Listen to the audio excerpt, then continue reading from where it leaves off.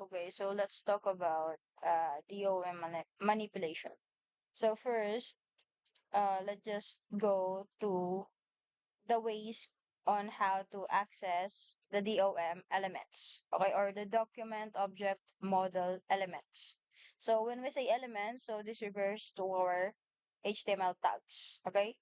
So you can access HTML elements using different methods depending on the elements attribute. Okay, whether you're using the class attribute or the ID attribute, okay, or the tag itself, okay? So, doon nakadepende kung paano natin i-manipulate or i-access at some point yung ating mga elements. Okay? So, the first one is yung tinatawag nating get element by ID. Okay? So, this selects an element by its ID. Okay? So, for example, let element, so this one, this is what we call a variable keyword. Element in this term, in this case, is the variable name. Okay? Now, assign the value na nagsasabing document.get element by ID and then element ID. Okay? Which is, and this is the method. This document refers to the HTML document and this one refers to the ID or the value of the ID attribute. Okay? That says we need or we want to access the element with its ID na C element ID. Okay? So for example, we got an example here. Okay, so this one, okay? So in this example, we got H1 that contains hello world, okay? And then another H1 that contains goodbye, okay? So in this one, we got the ID attribute containing the value heading 1, while the second one containing the heading 2. Okay, so yeah. So in this part, so we got the script. So it contains document get element by ID heading 1 dot inner HTML and then was up world. Okay, so what happened? Okay, so without this muna, okay, so as you can see, hello world, goodbye. Okay, so kung ano yung content na nakikita natin dito sa kanila, so it is the output. Okay, now if I go back and uncomment this part, so as you can see, nabago si was up nabago si Hello World into What's Up World. Okay? So, anong nangyari? Okay? So, in this part, ang nangyari is, nag-add tayo ng script. Okay? Where we are accessing the element by its ID name. Okay? So, ngayon, what does the document mean?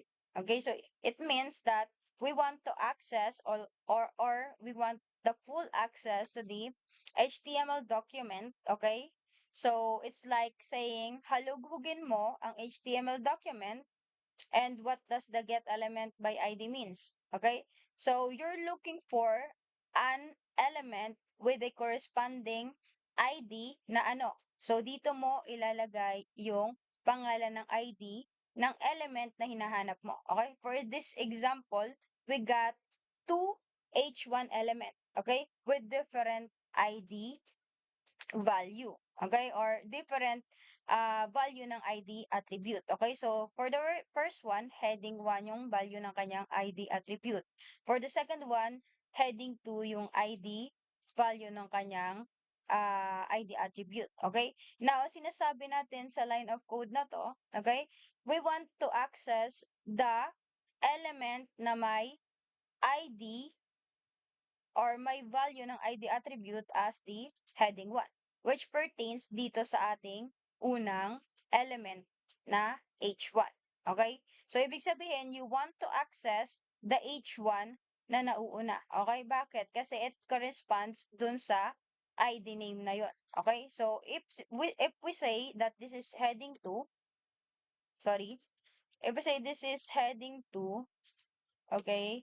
So, ang sinasabi natin, si heading 1 na may ID na heading 2 na yung gusto nating i-access. Okay? So, kung mapapansin nyo dito, naging was up world na yung goodbye. Instead na goodbye siya, naging was up world. Okay, ma'am ba, paano ba siya naging was up world? Okay, so after we access the element na gusto nating baguhin ng content, okay, so dun tayo mag-a-add ng that inner HTML or yung tinatawag nating text content para mabago yung content ng mismong selected element natin.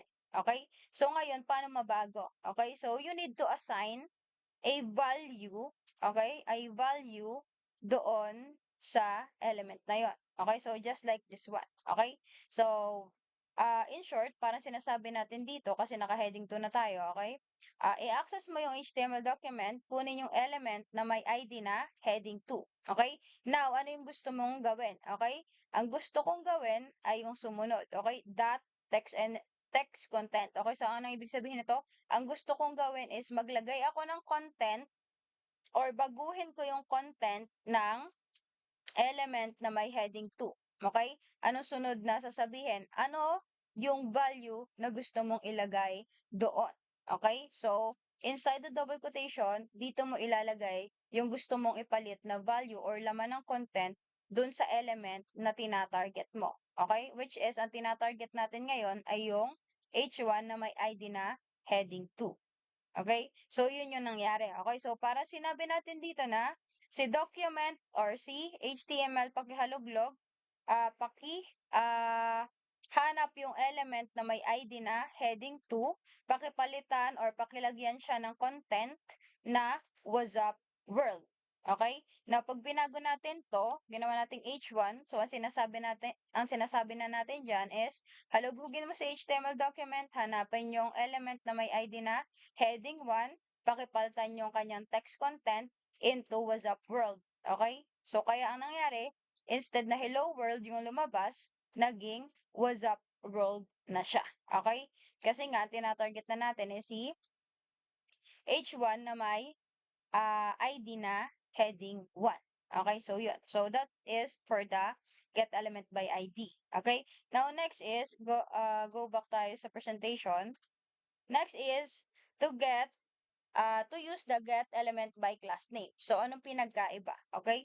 So, instead of using the ID, okay, attribute, so dito, gumagamit naman tayo ng class attribute. Okay? So, selects element by their class name. Okay? So, kung ano man yung ginamit nyo na class name. Okay? So, which relates dun sa mga CSS nyo. Okay? So, get element by class name. Okay? So, for example, dito, okay, so dito meron tayong example na, okay, so yan. So, pag pinindot ko si red, okay, magiging red yung target nating element. Okay, pag sinabi kong all red, so lahat sila magiging red. So, dito sa isa, tinatarget lang natin is isa, particularly. Okay? So, pag pinindot ko naman na itong isa, magiging lahat. Okay, so paano nangyayari yan? So, with the help of the get element by class name, so ang tinatarget niya is yung element na may mga class name na tinatawag natin. Okay, so for example dito, we got uh, 5 paragraphs, okay, with the same class name. Intro, intro, intro. Okay, so lahat sila paras ng class name. As you can see, hindi na tayo gumagamit dito ng ID. Okay? Now, below that is yung dalawang button natin. Okay? So, si red, okay, this one, and then si all red. Okay? So, dito, sa part ng button natin na to, sabi natin, okay, on click, okay, ibig sabihin, pag pinindot natin yung button, okay, ano na yung gagawin niya? Okay, so after the equal, okay, on click, sabi dito, document, halugugin ulit sa HTML, pakihanap ng element na may class name na intro. Okay? So, dito, meron tayong tinatawag na index number. Okay? So, kapag nasa loob sila ng bracket and then may number, ang tawag natin dyan ay index number. So, anong ginagawa niya? Okay? So, hinahanap niya yung mismong element, okay, na may class name na intro in the place na paapat. Okay? So, paapat sa index. Okay? So, ngayon, bibilang siya. Okay? So, from here to here. Okay? But, when it comes to numbering of index, we don't start with 1. Okay? So, ibig sabihin, this one is not treated as 1. Okay, so this is treated as 0. So in terms of indices, okay, so ito ay may kinalaman sa array. Okay, so ano yung array? Okay, so ang array is like this. Okay, so for example, this one. Okay, so meron tayong variable na fruits and then meron siyang value na 3. Okay? So meron tayong banana, apple, and grapes. Okay? So yung nakikita nyo kaninang paragraph na 1 to 5, okay? So ganito sila na di-display at some point. Naka-array sila. Okay? When using class name sa pag-access, so tinatrato natin yung mga present na element in an array way. Okay? So for example dito, meron tayong 5 paragraphs, okay? Containing Rose and Kate, Ronald, and Chona, okay? So ngayon, meron silang intro na class name. Okay, so parang ang nangyayari dyan when it comes to the array, okay? So parang intro, okay? And then containing the value, yung una is Rose Ann, okay? And then next is Kate, Ronald, Chona, okay? Kate, Ronald, Chona, and Cheetah. Okay, and then close. Okay? So, yan. So, the counting starts from 0. Okay, so this one, si Roseanne, nasa 0 siya. Si Kate nasa 1. Si Ronald nasa 3. Si Chona nasa 4. And si Cheetah nasa, sorry. My mistake. So, this is 2, rather. Sorry, I skipped the numbering. So, this is 2. This is 2. This is 2, this is 3, and this is 4. Okay? So, we don't start with 1.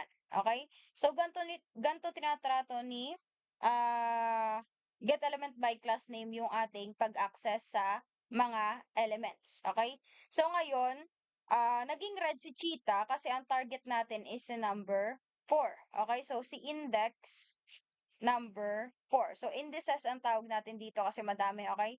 So, kapag ganito na yung itsura ng ating declaration, that is what we call an array. Okay? So, yeah. So, ngayon, yung counting niya, so, starting from 0, 1, 2, 3, 4. Okay? So, ganun natin siya i-access. So, kailangan muna natin ilagay kung ano yung mismong class name niya and then to indicate kung ano yung uh, index number niya. Okay? So, katulad ng nangyari dito. Okay? So, ang gusto natin kasing i-access is yung si Cheetah. Okay? So, pag pinindot natin sa red button, magiging red si Cheetah. Okay? So, kaya ang nangyari dito, kapag kiniklik natin yung red button, nagiging pula siya. Okay? Ano yung reason? Kasi nga, ang sabi natin dito, i-target mo naman yung element na may class name na intro. Ngayon, indicate dito sa bracket kung pailan siya. Okay? Sa array. Okay? So, starting 0, 1, 2, 3, 4. Okay? So, nung sinabi mo ditong 4, so yun na yung target, si Cheetah. Okay? Pag sinabi mong 1 yan, so ang tinatarget mo dyan ay si Kate. Okay? Kasi nga, 0, 1. Okay? So, ngayon, pag pinindot ko sa red, si Kate na yung magiging pula. Okay? Instead na si Cheetah. Kasi ang sinasabi mo ditong target is number 1 na index. Okay? Pag sinabi mong number 3, so sino target niya? Si Chona. Kasi 0, 1, 2, 3. Okay? So, pag pinindot natin to, si Chona yung magiging red. Okay? Ngayon, ma'am, bakit nagiging red sila? Okay? Kasi sabi natin, after nating mapili kung pailan sila sa index or pailan sila sa array, ang sinasabi natin dito, that style, that color, okay? Indicating that we want to change the style of that particular element na tinatarget natin. Into what? Into red. Okay? So that, ang nangyayari kapag pinipindot natin yung red button, nagiging red yung mismong element na tinatarget natin. Okay? Using its class name. Okay? Take note of this na kapag nagbago yung class name niyan, katulad nito, okay? So, naging intro, dalawa na yung O. So, ngayon, hindi na siya start from Roseanne. Ang counting niya na is start from Kate. Okay? 0, 1, 2, 3. Okay? So, sino na ngayon yung magiging kulay pula? Si Cheetah na. Okay? So, katulad yan. Bakit? Kasi, ang tinatrato lang natin sa loob ng isang array is yung magkakaparehas na classes. Okay? So, kapag naiba yung class, so hindi na siya isasama sa counting. Okay, so yun. So ngayon, ibinalik natin sa intro. So si Chona na ulit yung magiging red. Okay? Now dito, bakit naman nagiging kulay pula lahat nung pinindot natin yung all red? So katulad yan. Ma'am, bakit naging pula naman lahat yan? Okay, paano nangyari? Okay? So dito sa ating button na all red. So, anong nangyari dyan? Sabi natin, on click, change color. So, this is a function. Okay, now, ang ginagawa dito is ini-invoke natin or tinatawag natin yung function na change color. Okay, which is nandito sa baba ng ating script tag. Okay, so, embedded script. Okay, so, ito siya. Okay, so ito yung function na yun. So ito yung function na tinatawag natin sa button na to. Okay, so ibig sabihin, pag click natin sa all red, magti-take effect yung kung ano mang nasa loob ng function na change color natin. Okay, so ngayon, ano ba yan? Okay, so sabi natin dito, okay, in here, we declare a variable na ang pangalan ay elements. Okay, assign the value na ito. Okay, so parang sinabi dito na halugugin si HTML document, hanapin yung element na may class name na intro. Okay, and kindly store it in the element variable. Okay, so lahat ng ah element na may class name na intro, paki-store siya kay elements. Okay? So, ibig sabihin, naka-array na naman siya or naka-store na naman siya doon. Okay? Now, ngayon, after storing that in the elements, okay, so lahat ng paragraph tag na may class name na intro, naka-save siya or naka-store siya kay elements. Okay? So, from Rosan, K to Ronaldin Chita. Okay? Now, dito sa baba, what we do is, we say na for let I, okay, so let I, this indicates that we're going to access the uh, the content of this element, okay, so the content of this element from 0. Okay, so ibig sabihin, tinatarget niya yung index na mula sa 0, okay, hanggang dun sa matapos. Okay? So sabi niya dyan, let I is equal to 0. Okay, indicating that we're going to start the counting from the index 0. Okay? Now, condition is let, uh, uh sorry, I is less than element dot length. Okay, so element dot length, so ang ginagawa nito is kinukuha niya yung mismong bilang ng ating element mula dun sa array. Okay, so elements, okay, so ito siya. Okay, yung mismong variable name natin, and then that length, ang ginagawa niya, binibilang niya kung ilan man yung nakastore na kay element natin. Okay, ibig sabihin, kung meron tayong 5 dito, so bibilangin niya yon. Okay, so dahil nga nakastore na dito kay element lahat ng element na may class name na intro. Okay, ngayon, ang sinasabi niya, bilangin mo yung laman ni element. Okay, so using the length property. Okay, so bilangin mo yung laman ni element variable. Okay, so yung ginagawa dito. Now, ngayon, ilan ba yung laman ni element variable? Okay, so 1, 2, 3, 4, 5. Okay, ganon. So, kung kanina kay index 0, 1, 2, 3, 4, 5, so dito kay that length, ang ginagawa natin, normal counting starting from 1. Okay? 1, 2, 3, 4, 5. Okay? So, that means, ang katumbas nitong part ng code na to is 5. Okay? So, ibig sabihin, para siyang ganyan. Okay? So, ngayon, ginagawa natin yan para alam natin kung ilan ba yung number na nag exist dito na element na may ID na intro. Okay? So that, ang mangyayari, iti-take effect niya itong mismong line of code na to hanggang sa makakakita pa siya or hanggat nakakakita siya ng element na may ID na intro. Okay? So, nangyayari dito, babasahin niya ito. Okay? So, kapag sinabi na let I is equal to 0, so i-check yun ng condition. Okay? So, si I ba ay less than dun sa element length? Okay? Sino ba si I? Ano bang katumbas ni I? 0. Okay? So, initial is 0. So, ibig sabihin lang, parang sinasabi mo dyan na 0 is less than 5. Okay? So, dito sa part na to, parang sinasabi mong si 0 ba ay less than 5? True or false? Okay? So, yun yung chinecheck dito. Now, si 0 ay less than naman talaga kay 5. So, that is true. Okay? Now, dahil true yun, so it will run this statement. Okay? Indicating that the I, okay, i-access niya yung mismong element natin. Okay? And then, yung may index na 0. Okay? So, element na may index na 0, paki-stylean siya ng kulay pula. Okay? So that, ang nangyari, si Roseanne ay naging pula sa unang basa natin. Okay? Roseanne, naging pula siya. Okay? Now ngayon, dahil nabasa na itong part na to, okay, mag-i-increment na tayo. Okay? Doon papasok naman si increment. So, ibig sabihin, instead na 0, 0 plus 1, okay? So, yun yung part ng incrementation. Mag-a-add tayo mula dun sa initial value natin na 0, mag-a-add tayo ng 1. Okay? So, ngayon, ang magiging value na nung I natin dito instead na 0 ay 1 na din. Okay? Which indicates na si Kate naman yung magiging kulay pula. Okay? And this will run until yung ating condition ay hindi na ma-meet yung true statement. Okay? Ibig sabihin lang, kapag na-meet up niya na yung 5, okay, so si 5 ba, okay, so dito, kunwari yan, so si 5 ba ay less than 5? True or false? False. Okay? So, ibig sabihin, mag-i-stop lang yung condition sa 0, 1, 2, 3, 4. Okay? So, kaya kay cheetah lang tayo nag-stop. Okay? Or doon kay cheetah lang tayo mag-i-stop. Okay? So, from this.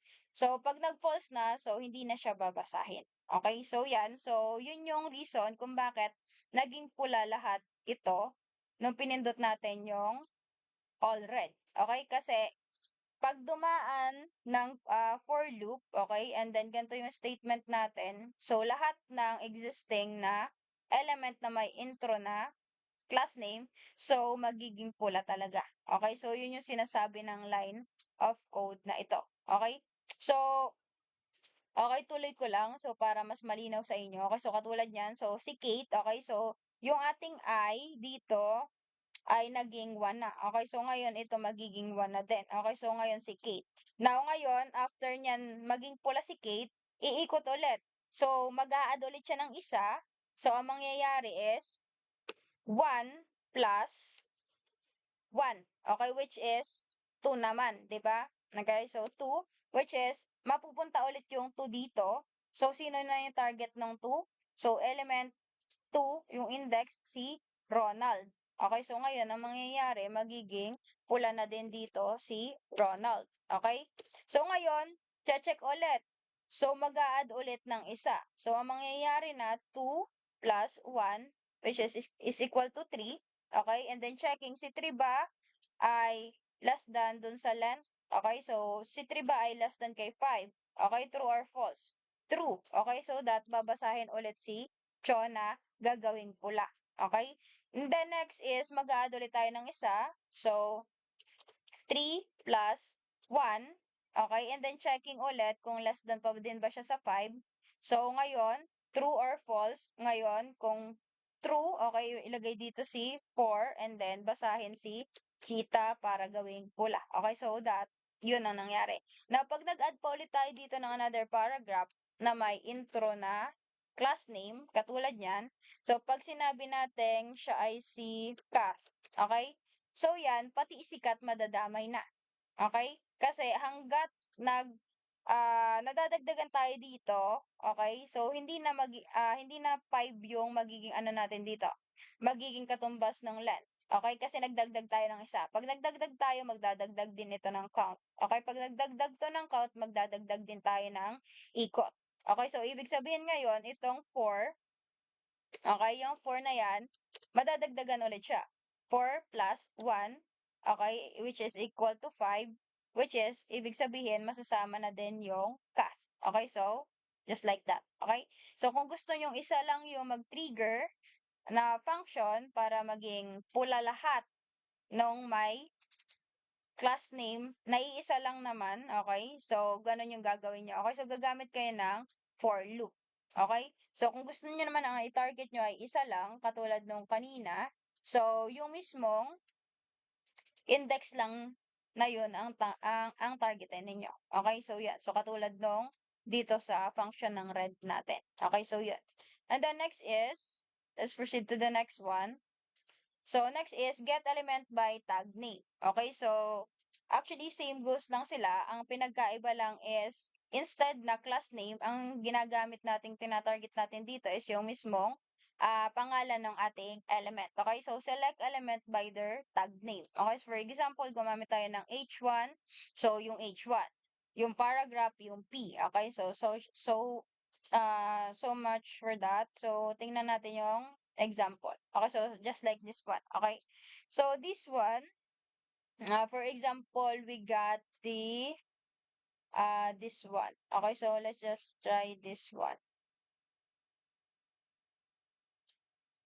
Okay, let's try that one. Okay, so ngayon dito ang ginawa natin is minodify natin sila or binago natin sila based on their tag name. Okay, so sinabi natin dito sa isa na to na nag-set tayo ng variable. Okay, variable to handle yung mga ah, element natin na may tag name na H2. Okay, so which is itong dalawa na to. Okay? So yan. So ilalagay natin sila sa headings na variable. Okay, so kung kanina ginamit natin ay elements, ngayon naman gumamit tayo ng headings para naman i-store yung ating mga H2 tags or elements, which is this one. Okay? So ngayon parang index din sila gumagana. Okay? So ibig sabihin parang array din. Okay?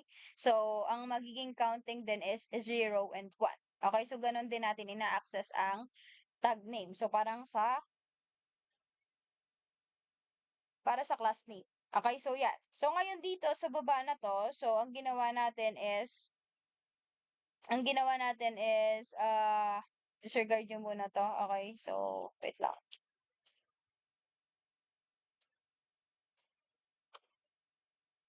Okay, so yan. So, disregard muna natin yung iba. Okay, so yan. So, ang ginawa natin dito, okay, so ang sinabi natin dito kay headings, then may index na 1, okay, so ang sinasabi natin dito, tinatarget natin yung H2 in the, na may index na 1, okay, so ibig sabihin, 0, 1, so ang tinatarget natin is yung may content na another heading 2, okay, so dito, ang sinabi niya, pakibago ng text content ng H2, okay, na nasa ah, nasa pangalawang count or nandun sa index 1. Okay?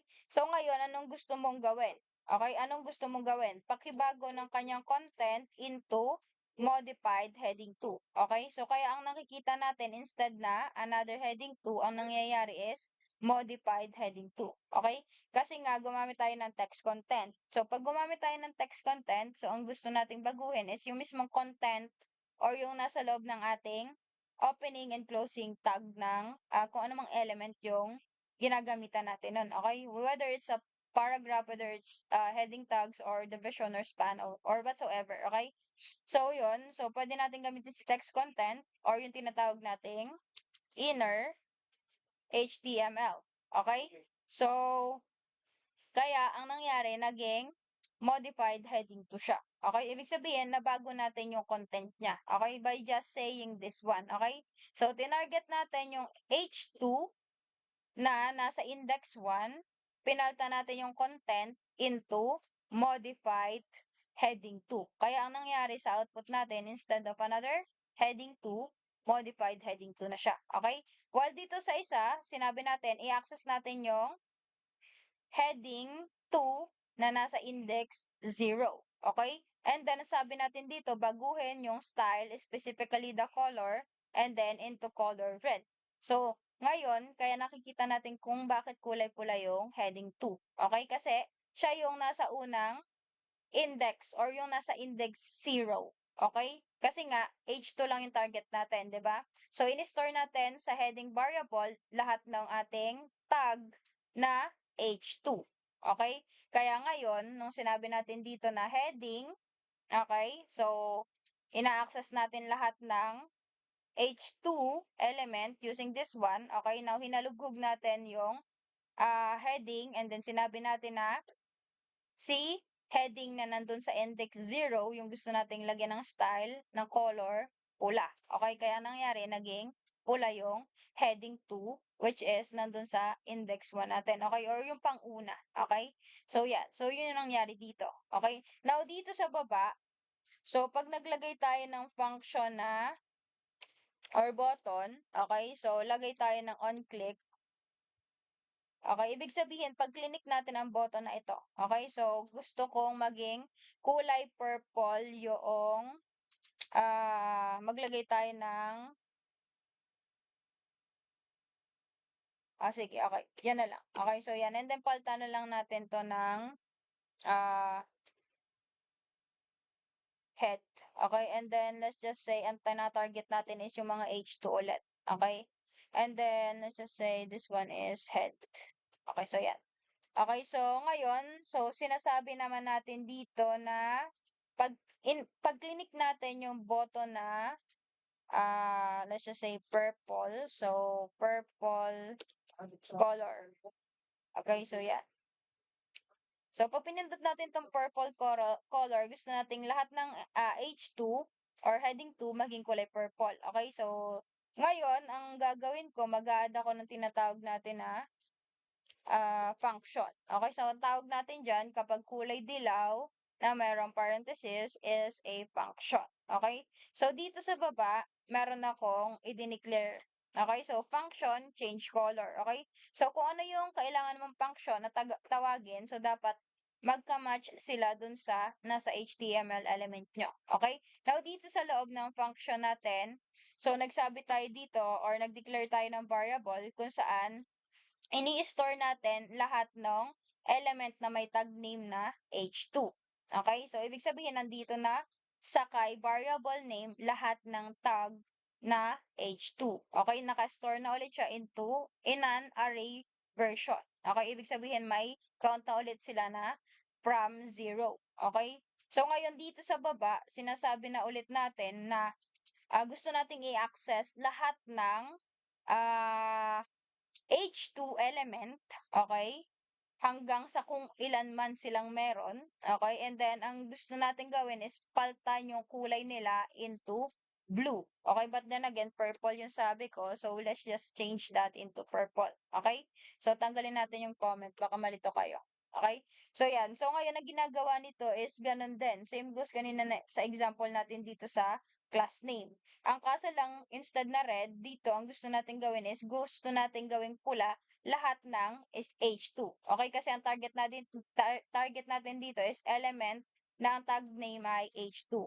Okay? So, dito, yung head, yung ating tinatawag kasi doon siya naka-store, yung lahat ng H2. Okay? Now, dito, yung I, yun na ulit yung magiging value nung ating index. Okay? So, dahil sinabi mo ditong 0, initially, babasahin ito ng isa. Okay? So, ngayon dito, hindi natin sinabi yung mismong length. So, we need to include the length. Okay? So, head dot length. Okay? So, para alam natin or sure tayo na mababasa lahat. Okay? Or magiging purple lahat ng naka-store na H2 dun sa ating head variable. Okay? So, ngayon, check ulit natin dito sa part na to kung true or false ba. So, si 0 ba ay less than dun sa head element? Okay? Ilan nga yung ating count ng head element? So, ngayon, kung titingnan natin, so, we got 1, 2. Okay, dalawa lang yung ating H2 na nakastore kay head variable. Okay, so, ibig sabihin lang, parang sinasabi natin na si 0 pa, which is yung value ng ating I, is less than 2. True or false? Okay, so true. Ngayon, babasahin niya dyan. Okay, so si 0 magiging value ni I dito. Okay, and then, so ngayon, sino si 0? Okay, so yung heading 2. Okay, so magiging kulay purple siya. Okay, when? Kapag clinic natin yung button na purple color. Okay? So, isang loop muna and then pangalawang loop pero makikita natin yung changes kapag pinindot na natin yung purple color. Okay, ibig sabihin, dalawa na silang magiging kulay violet. Okay, so yun yung nangyayari dito sa looping. Okay, so kahit na basahin natin siya isa-isa, so mabilis lang yung process niya na mangyayari sa pag-changing ng color. Okay, so hindi natin siya nakikita. So, ine-explain ko lang sa inyo kung paano nangyayari yung flow. Okay? Kasi nga naka-loop ito. So, ibig sabihin iikot ng iikot until yung condition ay maging false. Okay? So, pag clinic natin yung purple color, okay, as you can see, yung H2, heading 2, tsaka modified heading 2, naging purple. Okay? Kasi ang tinarget natin dito is yung element na H2. Okay? And then sinabi natin na maging purple sila kapag clinic yung photo na purple. Okay, bakit naging purple sila? Kasi nga trigger natin yung change color na functionality. So tinawag natin ito dun sa ating on-click event. Ibig sabihin, pag clinic yung button, tatawagin yung change color na function. Ano yung nasa loob ng change color na function? This one, okay? Which performs yung part na babaguhin lahat ng kulay ng H2. Okay? So, yun yung nangyayari dito. Okay? So, ganito natin i-manipulate yung ating mga element using get element by tag name. Okay? Now, let's move on to the next one, which is si query selector. Okay? So, pag sinabi naman natin query selector, okay, so selects the first element that matches a CSS selector. Okay? So, ang ginagamit naman natin dito is yung present na CSS selector or yung nasa loob ng ating class attribute. Okay? So, for example, in here. Okay? So, meron ulit tayong class intro. Okay? So, sabi dito, pipiliin niya or magti-take effect yung mismong modification dun sa first element na nag-match yung kanyang CSS selector. Okay, so for example, dito may dalawa tayong ah, paragraph element na merong parehas na intro. Okay, as their class value or class attribute value. Okay? So, ibig sabihin lang yan, so this is a CSS selector. Okay? So, specifically, class selector. So, now, kung ang target natin is yung mga yan, okay, yung dalawa na yan, so hindi magti-take effect yung kulay. Okay? So, for example, i-show natin yung preview. Okay, so yan. So dito, as you can see, this is a paragraph in a division or in a division. Okay, so this one is another paragraph in a division. Lagyan natin. Ibig sabihin, nasa loob sila ng division. Okay, so which is true. Okay? So ngayon, bakit hindi ito yung lumabas? Bakit modified a paragraph yung lumabas? Okay?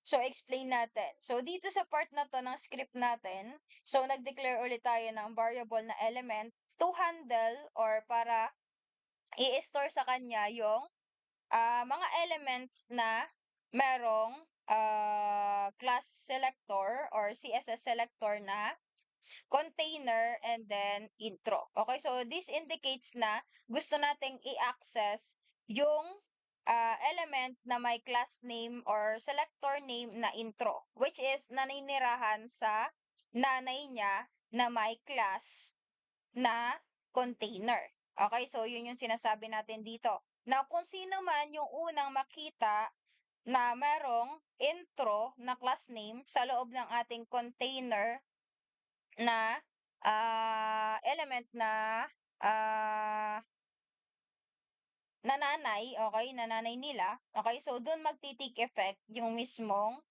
gagawin natin, which is dito ang nakalagay ay, okay, so dito nakalagay ay, ang sabi niya, baguhin yung text content ng element, okay? So ngayon, ang nangyayari doon, kung sinong unang mag-match, okay, so kasi dito kay element, nakastore na lahat ng element na merong intro na class name or class selector. Ngayon, nananirahan kay container. Okay, so ibig sabihin yung dalawa na to. Pero ang rule nga natin kay query selector, kung sino yung unang matagpuan niya, na yun ang mismong nagmamatch sa kanyang condition, okay, so katulad yan. So, dalawa kasi sila. So, kung sino yung una niya makita na may ganong pangalan or class name, okay, as the selector, so doon siya magti-take effect. Kaya ang nangyari, nag-take effect siya doon sa unang paragraph. So, instead na ito yung laman dito sa output naging modified paragraph in a division siya. Kasi ang sabi natin dito, element that text content, meaning we want to change the content of that element. Okay, ang target natin nga ay yung mga paragraph na may or element to be specific na may intro. Okay, as their class name. So ngayon, kapag nagdagdag ako dito kunwari ng div dot class, intro rather, as their class name. Okay, katulad niyan. So, as you can see, may nadagdag na bagong word or bagong element. Okay, so ngayon nakalagay dyan na modified paragraph in the division. Okay, so ngayon, pag sinabi ko ditong hu, okay, so hindi nababasa yung hu ko. Bakit? Kasi itong division na to, meron ding intro na class name. Ngayon, ang rule nga ulit is kung sino yung element, okay? Kung sino yung element na makitaan niya agad ng mismong match sa kanya, katulad nito, okay? Sabi natin intro. So, kung sino yung una niya makita, doon mag-a-apply yung mismong gusto nating mangyari. Okay? Kasi sabi nga natin dito, element, text content, modified paragraph in a division, yung magiging content niya. Okay? Kung sino man yung unang mamatch na element na may gantong class name or class selector. Okay? So, instead na huhuhu yun makikita natin, ang nakikita natin ay modified paragraph in a division. Though this one is a division element. Okay? So, ngayon nakikita na natin yung this is a paragraph in a division. This is another paragraph in a division. Okay?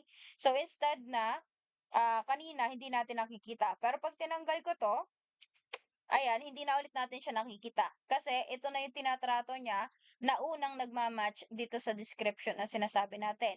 Na si intro na nasa loob ng ating nanay na container. Okay, so yun yun.